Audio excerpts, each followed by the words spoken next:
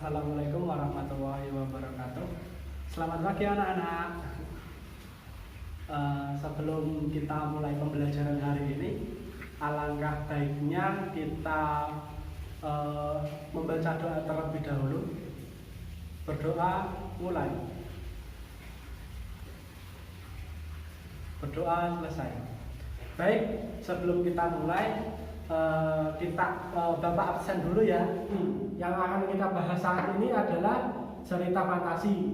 Cerita fantasi itu apa sih? Ada yang tahu? Kalau tidak ada yang tahu, Bapak jelaskan. Cerita fantasi adalah suatu bahan tertulis untuk menggambarkan peristiwa yang secara imajinatif, lalu hanya khayalan belaka dan lain sebagainya.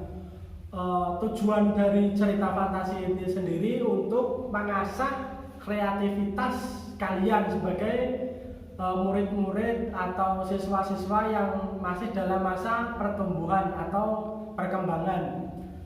Lalu di dalam cerita fantasi itu ada apa saja sih? Bapak akan jelaskan. Yang pertama itu strukturnya. Di bagian struktur ini ada tentang orientasi. Nah, di dalam orientasi ini ada penulis memunculkan konflik atau menjelaskan apa yang terjadi, pengenalan tokoh dan lain sebagainya. Yang kedua ada komplikasi. Komplikasi ini sebab adanya konflik yang ada di dalam cerita. Jadi bisa dibilang komplikasi ini bagian tengah cerita, bagian tengah adegan. Jadi di dalam komplikasi ini penulis memunculkan sebab adanya konflik itu. Terus yang selanjutnya ada resolusi. Resolusi ini bagian permasalahan yang dihadapi tokohnya. Jadi masalah apa sih yang dihadapi tokohnya itu? Terus selanjutnya ada reorientasi. Dalam bagian ini bisa dibilang bagian terakhir. Jadi di dalam bagian ini penulis menjelaskan bagaimana mengatasi permasalahan yang dihadapi oleh tokoh, mengatasi bagaimana tokoh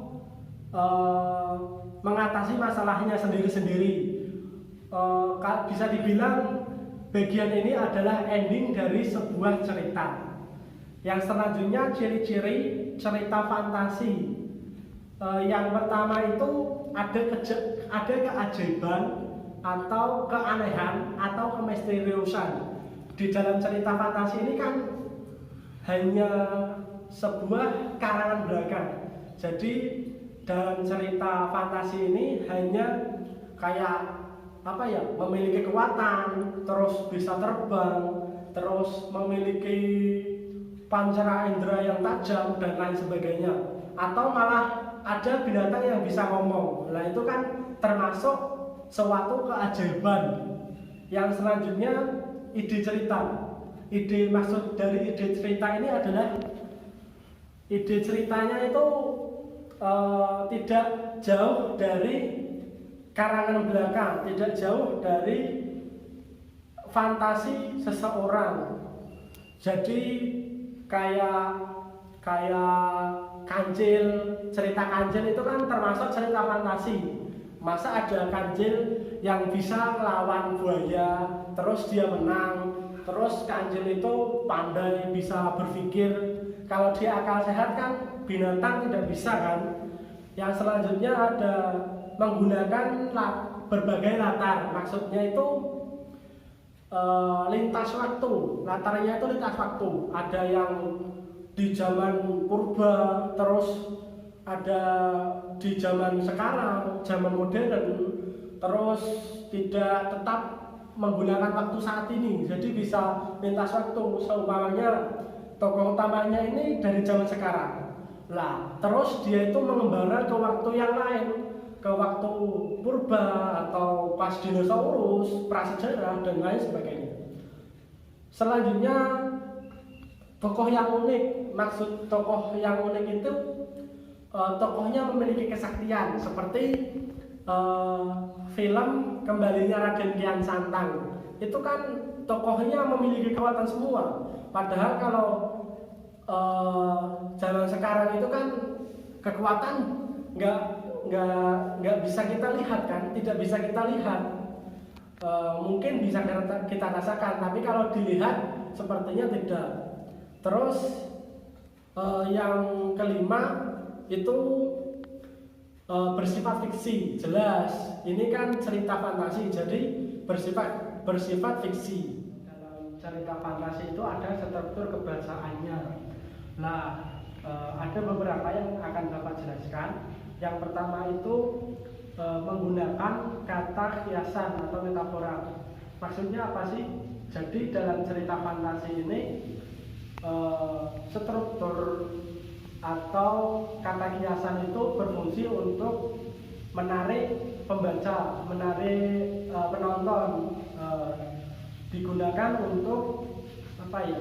Semisal kita itu tahu ceritanya ini tentang raja, jadi kata kiasan atau metaforanya menggunakan kata sang raja, terus raja malam dan lain sebagainya. Jadi untuk menarik pembaca atau menarik penonton, itu metafora.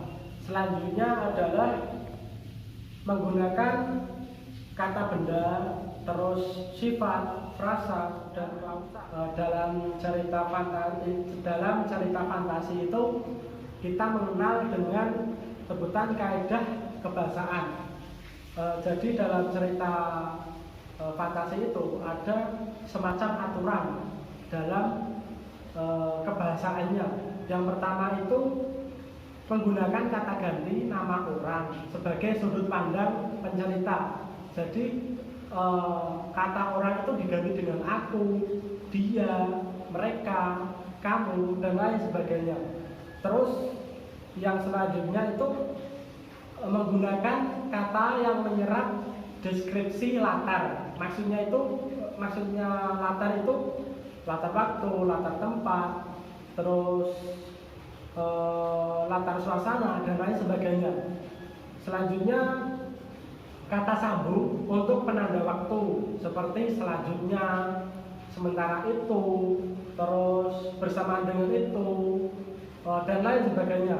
Selanjutnya menggunakan kata kiasan atau kata khusus yang sudah kita jelaskan tadi tentang metafora tadi.